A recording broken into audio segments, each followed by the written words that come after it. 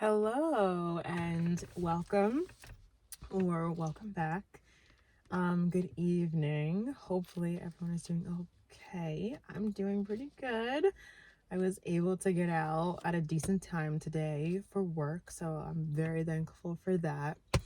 So I wanted to touch on my last video and straighten some things out, okay? Because I know I didn't get the story right. So in my last video that I made, I was mentioning how God might put you through a season or a time or a period in your life. Because I hate using the word season because sometimes it's longer than a season, right? So seasons are 3 months. And I remember being in different seasons of my life, but I'm like, this is not a season. See, because seasons change, right? Seasons change. Seasons only last, the 3 months. Is it 3 months? I believe it's 3 months. But sometimes my seasons would last years. So either, it could be a season of your life or just a flat out period of your lifetime. Okay. So I feel like that covers months, years, just a period of your lifetime, like a part of your life. Okay. But you could be praying for something and he could place you into a time in your life where it's kind of like a preparation time, but in that preparation time you are like, God, I am praying for this. Okay, so if I'm praying for this, why am I still here? Why am I still at this level when I prayed for this? I'm praying for whatever, you fill in the blank. And you feel like you're doing something that's completely useless to what you're praying for. And then later on down the line, you can look back on your life and be like, okay, now I understand why I had to go through this and that and this and that in order to get to where I'm at now and to get to what I prayed for. So in the last video, I said it wrong because I didn't remember what it was, but basically I used Karate Kid as the example of, oh my gosh, I need to get comfortable. This is not comfy. I used Karate Kid as an example of what I was talking about. And so I don't know if it's in the original Karate Kid, because I have not seen the original in so long, which I was just saying that I want to watch again. But I know it's in the new Karate Kid, the one with Jaden Smith and Jackie Chan. I don't know why I want to call it. Never mind. I always call him a different name, but whatever. Okay. So basically, I said something along the lines of like he was vacuuming. It wasn't vacuuming. I just made that up because I just didn't know what the heck it was. I couldn't remember because I haven't seen that movie or thought of that movie. And it's been a while. It's been a long time since I've even seen it. But that just like popped into my mind while I was speaking, and it was the perfect analogy, the absolute perfect analogy. I was like, that had to have been God, because I was like, I would never think of that in a million years. But basically, Jackie Chan, he makes, so I think like towards the beginning of the movie, or at some point, Jaden, he takes off his jacket and he like throws it on the ground, and then his mom is like, boy, pick up your dang jacket, and then he's like, all right, fine, and he picks it up with attitude and like hangs it up, right? So cut to, Jackie's about to start teaching him karate, and basically Jackie makes him, he goes like, take off your jacket, put it on the ground, pick it up, hang it up, take it down, put it on, take it off, on the ground, pick it up, hang it up, and he makes him do that for a while. He's like, you'll see him, he's like, it'll cut to like a scene where he's like in the rain, he's taking off his jacket, put on the ground, picking it up, hanging it up, and then repeating the same process all over again. And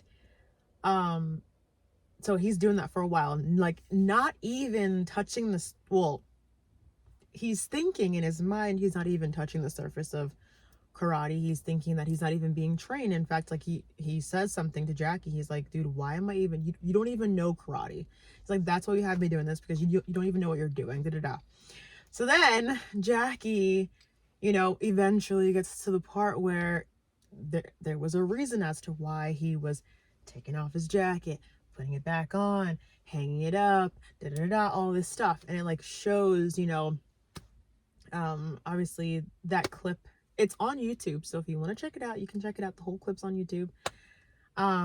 It's really good, especially when you look at it from like that perspective of like God. It's literally like God having you go through and having you in a time where you're doing things that don't make sense, and you're just questioning, why am I doing this? This has nothing to do with where I want to be or where I want to go or what I'm praying for. And it looks like that, but in reality, it's not. It has everything to do, and it's all preparation for what is to come. So yeah, I would encourage everyone to look up that clip. It's really good, especially when you look at it from that perspective. It's actually really powerful. I honestly, when I saw it the first time, never thought of it. Like, I just never thought anything of it.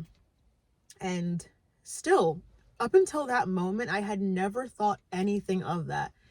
So, just very interesting to see, but it's really a powerful clip, honestly.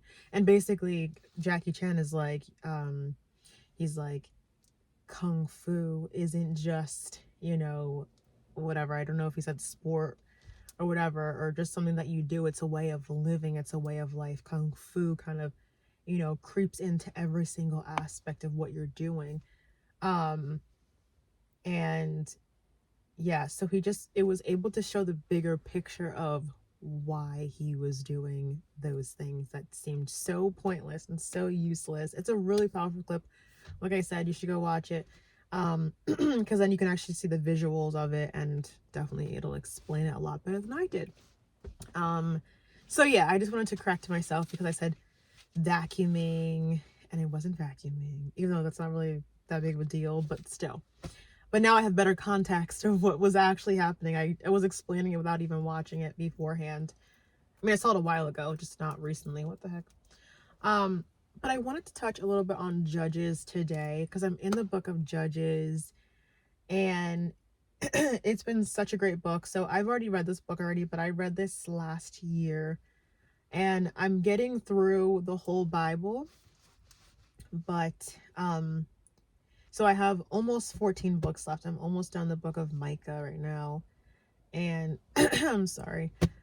Yeah, I'm almost on Micah. So I almost have 14 books left, but I'm kind of taking a little bit of a break so I go through the book of Judges again. But I just read through them. So I didn't study them at all. I'm not taking my time through the Bible. The first time. I've read different books of the Bible, just not the whole thing. Like, the first time I'm reading it, I'm just reading it, like, just to read it, okay? And then I want to start studying it and like diving deep. And I have studied, but as for like just the whole Bible, I'm just reading it. So anyways, I've already read the book of Judges, and it's I'm kind of going through a little bit of a thing where I feel as though, I talked about this in my last video, but I feel like, like when you do something wrong, it just feels like the end of the world to me, and it feels like I can never overcome this. I'm just going to be punished for the rest of my life, and nothing good will ever happen, and nothing good can ever come from, from this. I'll just be like, whatever, or kind of like I'm in purgatory, like I'm just kind of like burning off my sins, and then maybe God lets me out, in about 5,000 years, maybe once I'm almost like to death, maybe he'll let me out of you know what I mean? It's kind of just, it's nonsensical because it's not even like how God works. But so this kind of has been helping me a little bit, and it just really helps me to see God from a gracious point of view, because if you read the book of Judges, so I'm not an expert on the Bible, I'm not an expert on the book of Judges either. I've only read it once, and I'm rereading again, and honestly forgot a lot of stuff because I just read it, and it was impactful to me when I read it the first time. And I remember the big stuff, but I'm like reading it again and I'm like, oh my gosh, I totally forgot about that. I'm remembering some stuff too. But so there were two really cool parts in it that I really loved.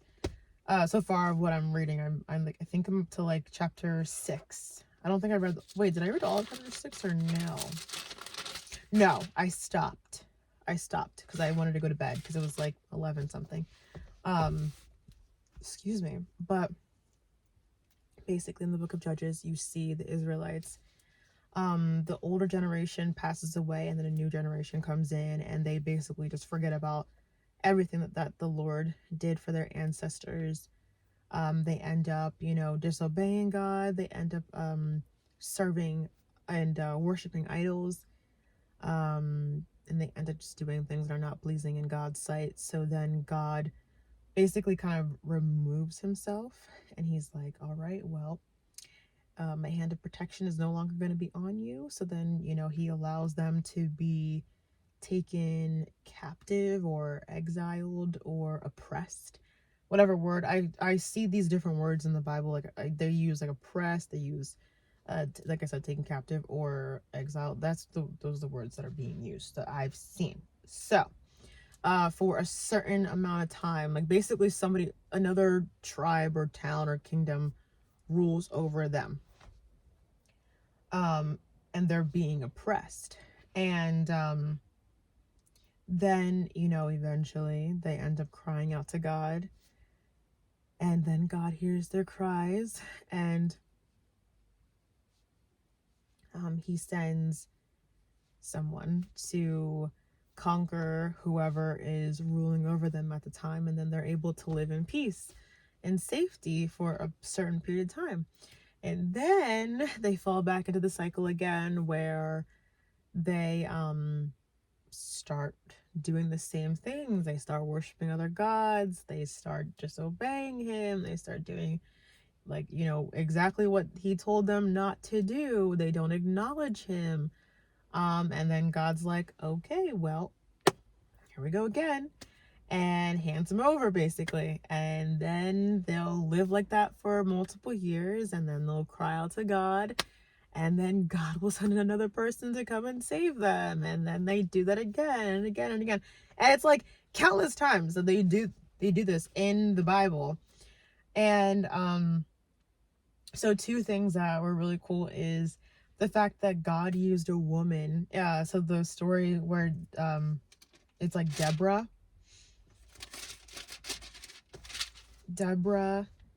and Barak, I believe his name is. Not Obama, but don't know this guy's last name. But anyways, so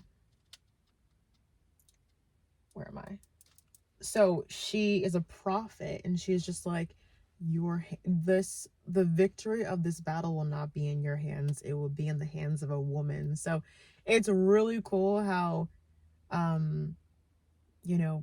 God used a woman in such a powerful way, even in this time when like women were not looked like it. Times were so different back then. So now obviously women are able to do different things and be more independent, but times were completely different back then. So the fact that it kind of gives you a better view of how God views women. The fact that two women were used in the same story, where God used a woman prophet or prophetess, whatever you want to call her, a woman to prophesy to, Barak, and then another woman to conquer the land. It's so cool to see. And then the other one that I really love, that it's the current one that I'm in now, So that's in Judges 4 is the Deborah. And then, oh, and the other girl's name is Jael. I kind of want to name my kid Jael. Oh my gosh. I got to look up what that name means. There's so many names. Anyways, okay. Whatever.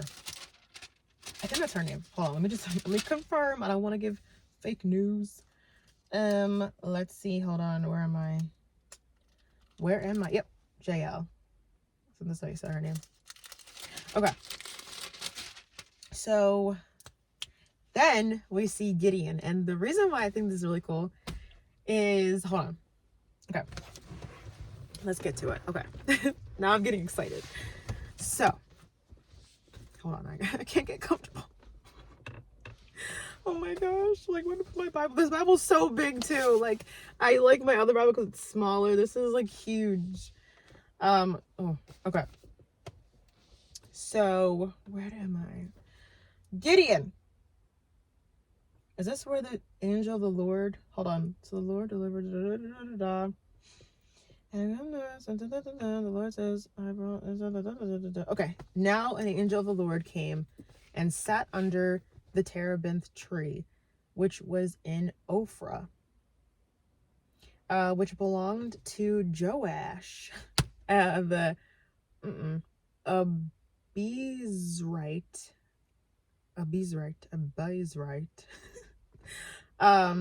while his son Gideon threshed wheat in the wine press. This is New King James, by the way. In order to hide it from the Midianites, the angel of the Lord appeared to him and said to him, "The Lord is with you, you mighty man of valor." Valor? I love when it says the Lord is with you. I feel like the other version said the Spirit is upon you or something like that. Gideon said to him, "Oh my Lord, if the Lord is with us, then why then has all this happened to us? And where are all his miracles which our fathers told us about, saying, did not the Lord bring us up out of Egypt? But now the Lord has forsaken us and delivered us into the hands of the Midianites." Then the Lord turned to him and said, "Go in this might of yours, and you shall save Israel from the hand of the Midianites. Have I not sent you?" So he said to him, "Oh my Lord," this is it, "how can I save Israel? Indeed, my clan is the weakest in Manasseh, and I am the least in my father's house." And the Lord said to him, "Surely I will be with you, and you shall defeat the Midianites as one man." Let me see. I haven't read. Then he said to him, "If now I have found favor in your sight, then show me a sign that it is you who talk with me. Do not depart from here, I pray, until I come to you and bring out my offering and set it before you." And then God says, "I will wait for you to come back." Okay. But the thing that I love is God is always, and it goes back to the theme in Mark, where it's like there's multiple themes in Mark, but we've seen it we've seen it a couple times where it's like the what is it, the last will be first and the first will be last. And also, what is it, like God uses the foolish things to not punish the wise. See, this is when I wish I was on my camera, because then I can look it up. God uses the foolish things to, like, humble the wise or something like that. But he's saying, so what's his name again? Gideon. That's a good name too. Gideon, where am I? It says, "Oh my Lord, how can I save Israel? Indeed, my clan is the weakest in Manasseh, and I am the least in my father's house." And you know what? I love when people say this, and it's such a great reminder. It's like God could have picked anybody. He could have picked anybody amongst any tribe of Israel, okay? anyone. And I'm sure that, I mean, if he's saying he's the least in his father's house, why didn't God pick the best in his father's house, or the best in the different, whatever, the different tribe of Israel? God chose to pick him, and I love that. I absolutely love that, because the way that he viewed himself, he's like, I'm the least in my father's house. He's like, and he is from the weakest tribe. Hold on. Indeed, my clan is the weakest in Manasseh. But God chose to pick him.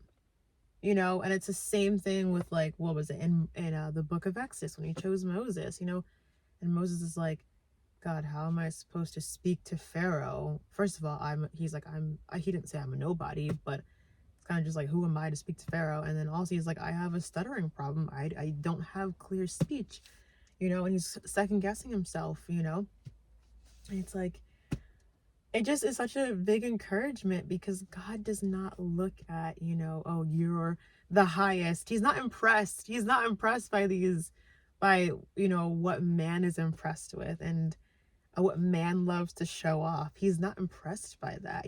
He's impressed by a humble heart and a meekness. That's what he's impressed by.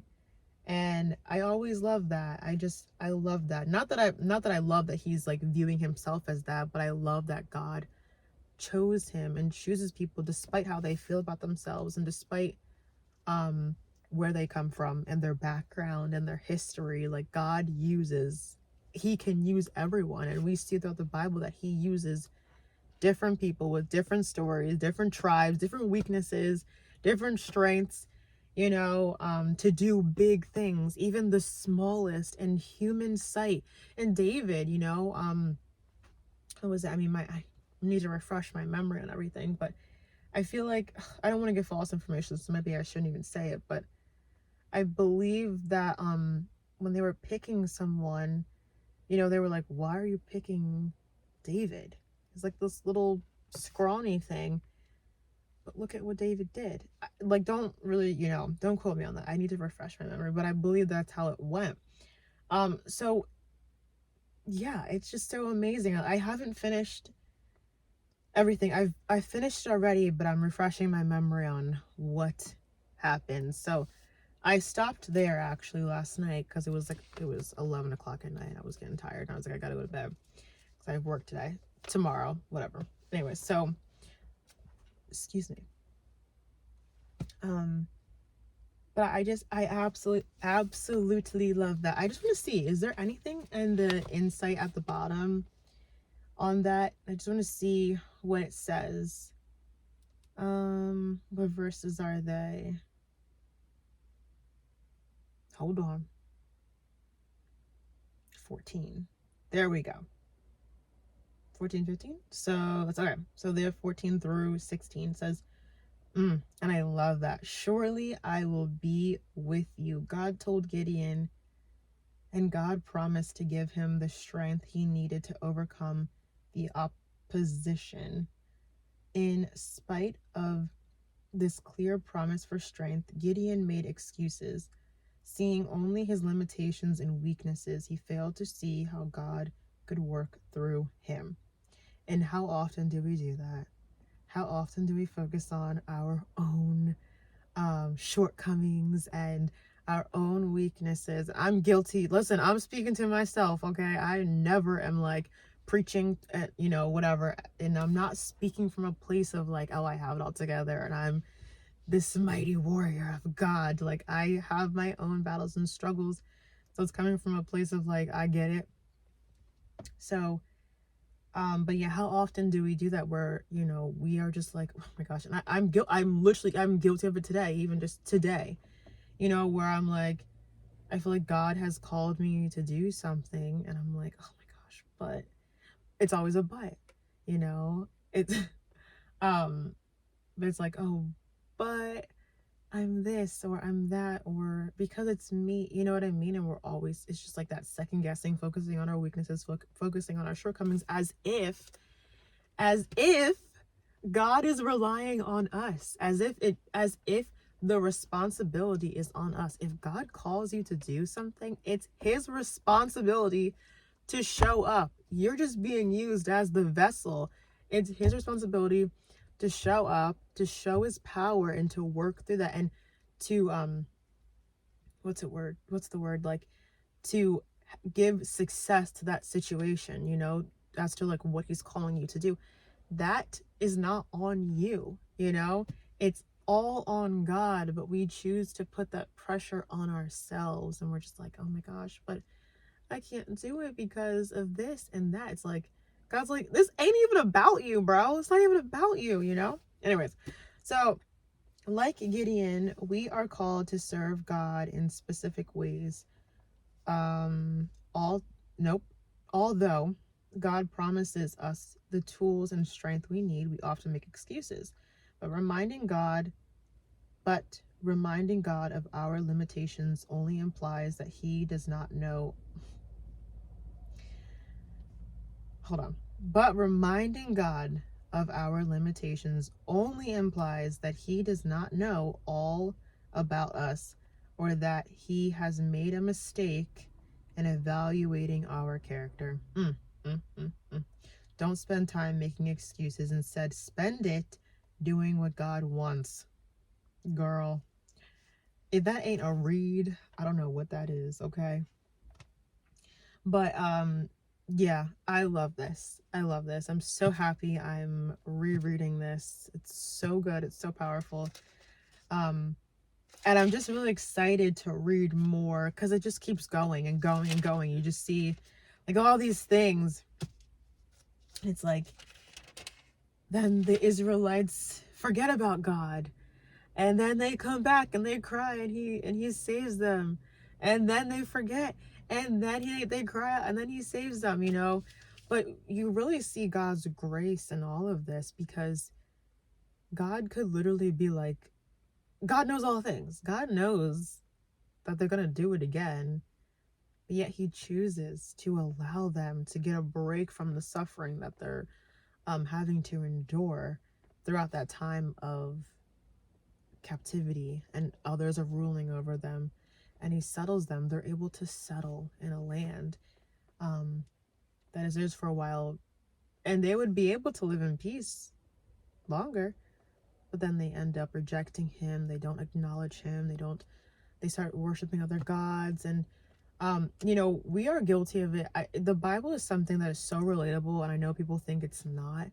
It's so relatable even to this day. You know, it doesn't necessarily, like, back then, you know, they would make physical idols and they would worship these idols, and they just did things differently. Obviously, it doesn't look like that today, but we make our own idols in our lives that pull us away from God, whether that be like physical things, people in our lives, our kids, our spouses, our family, our jobs, our car, you know, whatever. Or it could be like a mental thing, our own personal desires in our lives, or like whatever, you fill in the blank.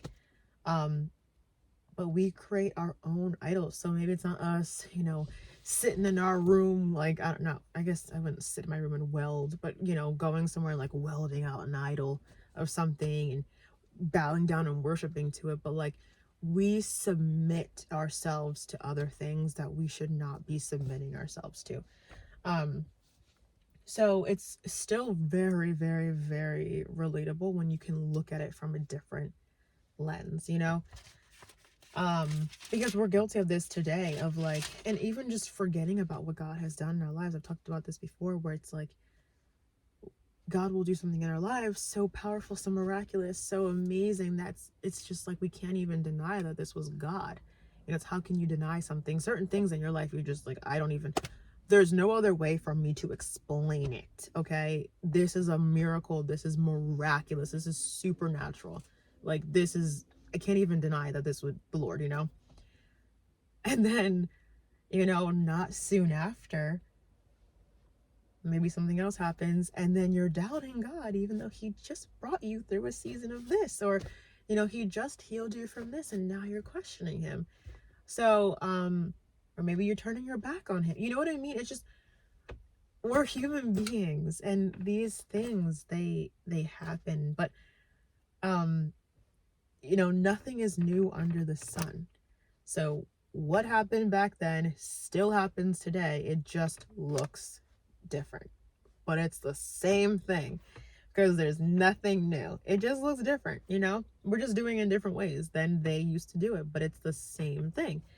But yeah, so that's kind of what I'm getting into. It's kind of like a piggyback off of my last video, I think, but a little bit more in depth. So yeah, I think that's about it. I don't know. I'm looking forward to getting into more of this. And then this is the book where Samson is in, which, y'all, I did not know Samson was kind of douchey. I always thought that Samson, I had not read the Book of Judges ever in my life, okay? Until last year.